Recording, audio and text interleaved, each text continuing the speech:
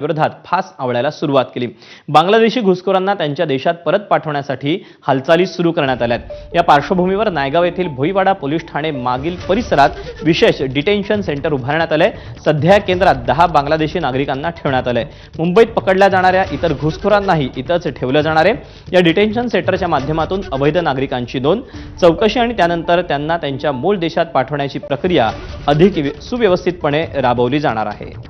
या सगळ्याचा आढावा घेतलेला आहे सूरज सावंत। अवैध घुसखोर बांगलादेशींच्या मुसक्या आवळण्यास आता मुंबई पोलिसांकडून सुरुवात करण्यात आलेली आहे।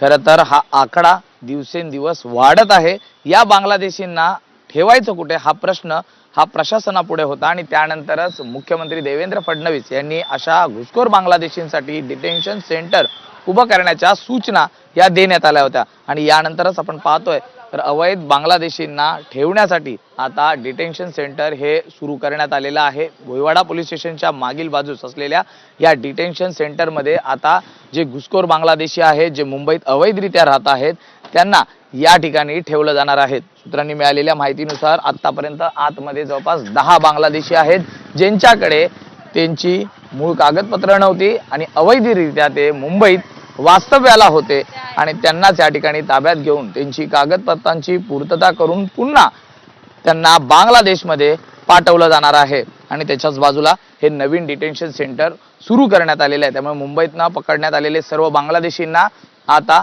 या ठिकाणी पोलिसांच्या कस्टडीत ठेवलं जाणार आहे। याचं मूळ कारण म्हणजे हेच बांगलादेशी सुटल्यानंतर पुन्हा एकदा अवैधरित्या या ठिकाणी येतात, भारतात येतात आणि येथे वास्तव्यास राहतात, इथलेच मूळ कागदपत्र बनवतात आणि पुन्हा एकदा हीच घुसखोरी करतात। त्यामुळे यांच्यावर पुन्हा कायदेशीर प्रक्रिया राबवून यांना त्यांच्या मायदेशात परत पाठवलं जाणार आहे। व्हिडिओ जर्नलिस्ट रोहित सह मी सूरज सावंत, एबीपी माझा, मुंबई। मुंबईतल्या बोरिवली पश्चिम मधील गोराई परिसरात एक धक्कादायक घटना घडली। गोराईच्या नारायण गेस्ट हाऊस मध्ये पेइंग गेस्ट म्हणून राहणाऱ्या 35 वर्षांच्या